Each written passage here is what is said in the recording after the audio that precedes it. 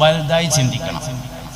നമുക്ക് പലപ്പോഴും ചെറുതായി ചിന്തിക്കുന്നു എന്നത് ചെറുതാവുന്നതിന്റെ കാരണമാണ്. ഞാൻ എത്ര വിഷയം മാറണ്ടെന്ന് കരുതിയാലും ചിലതെന്ന് പറയേണ്ടി വരികയാണ്. അങ്ങനെയാണ്.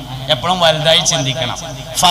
ഫക്കീറായി തുടരുന്നതിന്റെ പിന്നിൽ ഫക്കീറായി തുടരണമെന്ന് അവൻ ആഗ്രഹിക്കുന്നു എന്ന രഹസ്യം കിടക്കുന്നുണ്ടെന്നാണ്.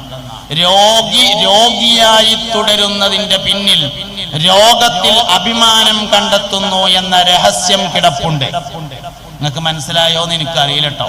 അതായത് രോഗിയായി തുടരുന്നതിന്റെ പിന്നിൽ രോഗത്തിൽ അഭിമാനം കാണുന്നു എന്ന രഹസ്യമുണ്ട്. അതാണ് ഒന്നാമത്തെ കാര്യം.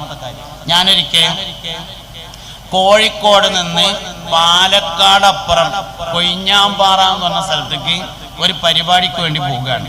അപ്പൊ ഒലവക്കോട് കഴിഞ്ഞിട്ട് അവിടെ ഒരു സ്ഥലത്ത് പള്ളിയിൽ ളുഹുറും അസറും കൂടി ജമ്മാക്കി നിസ്കരിക്കാൻ വേണ്ടി അസറിന്റെ വക്തിൽ കയറി, ജമാഅത്ത് കഴിഞ്ഞിട്ട് കയറി.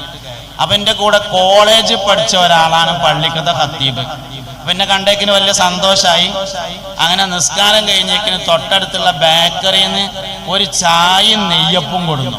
അങ്ങനെ ഞങ്ങൾ രണ്ടാളും കൂടി അതിങ്ങനെ കുടിക്കണേന്റെ ഇടയിൽ പ്രായമായ ഒരാൾ അങ്ങോട്ട് കയറി വന്നു.